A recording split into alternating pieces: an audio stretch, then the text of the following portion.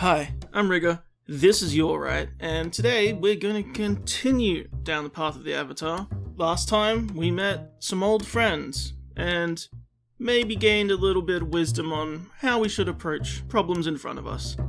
This time, looks like we're going to get imprisoned, so maybe we can use some of that logic to free ourselves, who knows. But either way, be sure to like it if you like it, share it if you think others would like it, let me know your thoughts in the comments down below, and subscribe if you want to see more.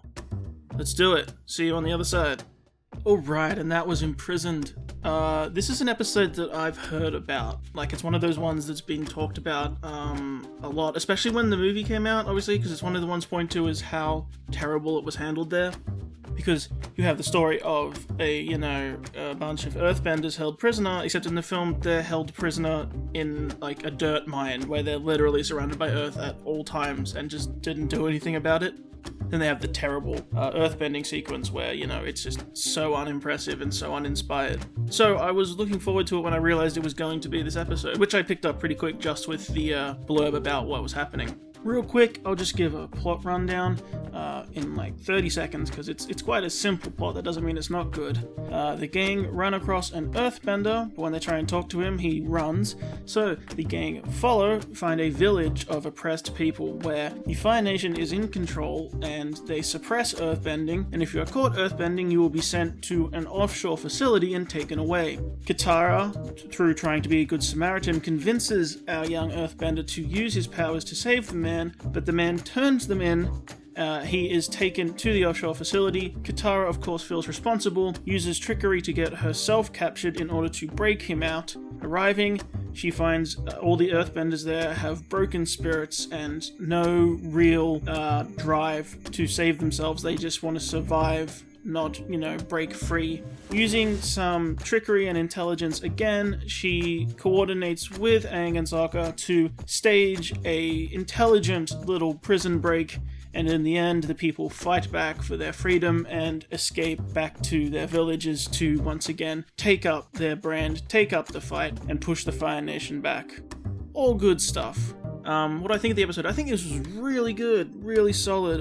Everything about it was reincorporated, there was nothing mentioned that didn't come up at least twice. It showed evolution of things happening, it showed consequence for our characters. I was really happy with it. I took some notes along the way, so I'll be referring to those as we continue. First up, I wanted to say that I actually really like the opening frame. I really like the forest we're in. It's just a nice background, just a cool setting before we move into the village. Really cool. I wanted to mention the only thing that came up was the idea last episode was we should disguise ourselves if we're going anywhere, because they might recognize that Aang is the Airbender. But they, and the Avatar, obviously. And they gave up on that pretty quick. The only sort of nod to it is he wears a hat for a bit of this episode, but he wasn't, actually focused on disguise at all. He just happened to be wearing a hat. And it's a bad precedent to set. When the last episode were worried about being discovered, they used a disguise to get in. The disguise worked. It was only broken because someone recognized them for who they were after an accident. But in general,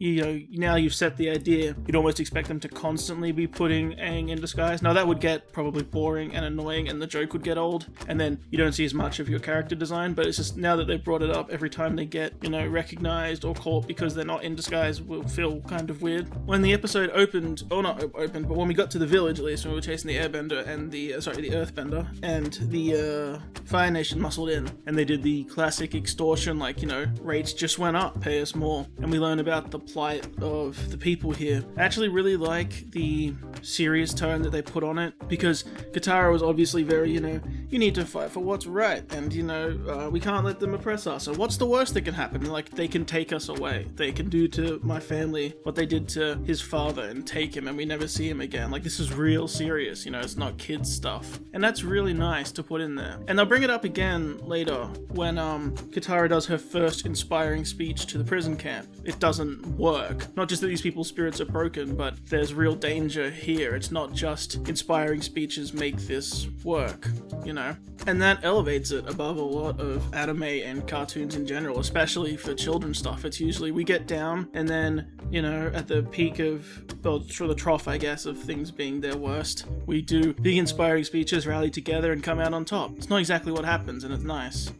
Also, I like their use of comedy. They did 2 good jokes this episode around the animal companions, and I like it because it was a very serious episode, so you need comedy to break things up, and using Appa and Momo to do those jokes is good because it does give you the levity of the comedy moment, but it's not as much the characters who are doing serious things making the jokes. You know, it's not, I'm in the middle of a serious situation but pause for a joke. It's serious things are happening, but hey, the animals did something funny as well. But the animals aren't in the plot doing the serious things, so it's okay that they do something funny, if that makes sense. It doesn't detract from what the characters are doing. And those were, make sure Appa doesn't eat all your hay, turn around, of course he's eating all the hay, and when they do the earthbending trick, and the guards assume for a moment that Momo is earthbending, you know, little things like that. Very easy jokes, but they just help break up some of the serious tone, and that's why I think some of the jokes that came from the characters didn't hit as much, but, you know, that is what it is. We also get, forgive me if they already completely revealed this or not, but we talked, Katara talks about losing her mother in a Fire Nation raid. I can't remember if we knew that exact detail or not. I know we knew she lost her mother, but in a Fire Nation raid. So that actually adds a lot to me, not just for her, but for Sokka's drive. To be like,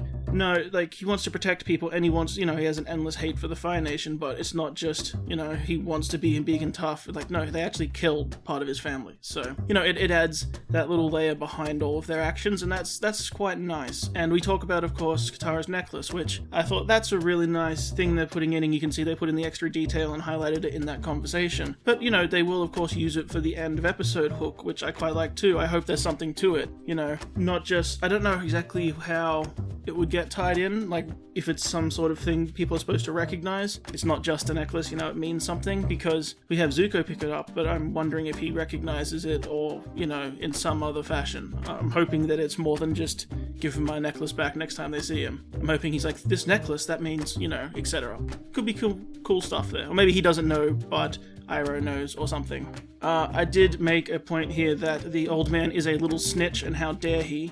But I do like that they played against us with the color thing, because I made fun for a moment of, glad the Fire Nation doesn't recognize color patterning, or they'd realize that Katara isn't an earthbender, because she's not wearing green. But of course the old man who we saved is wearing green, but he still snitches on the earthbending. So, you know, it would mean that you can't just trust the color theory, despite it being, you know, everyone's pretty much color-coded for, you know, the use of a show.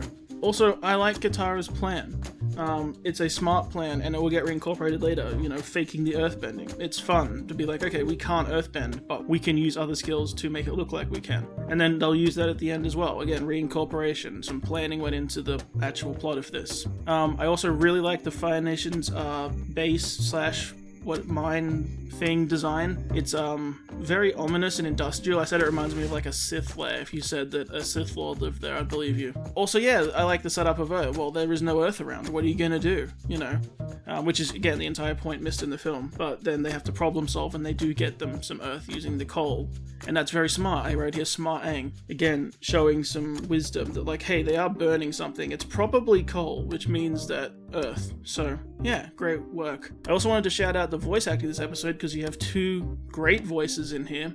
You have the Warden being done by George Takei, and George Takei is very funny, but also it's interesting to hear him do a serious voice. And I did really like his big joke, which is when he throws the guy off of the platform for the bad news, and then says, go tell the captain what happened. He goes, you just threw the captain off the thing. And that's very funny. And he says, go wake up someone I didn't throw off the thing. I like that. Good job. And then, yeah, I made it on the note that I did really enjoy that Katara's speech didn't work in the prison as well. Just like, no, these people's spirits are broken. You can't just undo it with nice words. These people are not just in danger, but, you know, their spirit is broken. They have no hope. You have to provide some hope more than just words. It's, again, it lends to that serious reality of the situation thing. Oh, and also with the captain's joke, I did like that I'm not the only one who made the buffalo bison mix up at some point. So, good job. I will also say one of the last things I put in here was that I did like Momo collecting spears during the battle. That was dope. I like to see that, you know, they're finding uses for all these little companions and stuff in the combats and in the sequences, so they're not just sitting around and you question why they're here at all. No, did something fun. Oh, and I didn't mention the second voice. Kevin Michael Richardson, who is who has an amazing voice, being Haru's father, which is named Tyro? Yeah, Tyro. That's a great voice. I wasn't expecting it to pop up. Like, I heard it and I'm like, whoa, hey, what's up, Kevin? Didn't expect to hear your amazing voice here, but, glad to have it. I don't think we're going to see these people again or anything, but I do like that we left on an inspirational note that Tyro's going back to not just the people we rescued here, but, to liberate all their villages. They're gonna go fight the Fire Nation. Hell yeah. Reigniting that spark, it might be putting a lot of people in danger, but, you can say that they're really making a difference against the Fire Nation's control. You know in the back of your head that these things are happening in the world, like, they've done some good, they've helped some people, and these people are going to go back to fighting and not just roll over for the Fire Nation. And the fact if you do that along the way of this journey, it puts in the back of your head that we are making a difference, we're not just skipping from place to place and with no impact. So I did really like that as well. So I think that's about all I have to say for this episode, but I really enjoyed it. I really like the planning, I really like the reincorporation. I'm hoping they continue it because, again, we have Zuko right on the tail as usual. We have the necklace in play now, I'm hoping it's something. Oh, and one thing I did say, I don't know if I mentioned it earlier or not, but I'll put it back in, is I did like Katara's continual use of casual water bending to show she's always trying to practice when she pulled water out of the pipe. So, yeah, great stuff. This show continues to impress. The choreography and the earthbending was so much more impressive than, obviously the crap movie. But this, combined with Boomy from last time, you get a good display of some earthbending along the way, which is nice because I know we're headed to the water temple, so, even though our end goal is water, along the way you're seeing firebending and earthbending, you're seeing these other things as well, so you don't forget that they exist. It's not just, this whole season is focused on waterbending, and the whole next season is focused on earthbending, or whatever, you see those things along the way.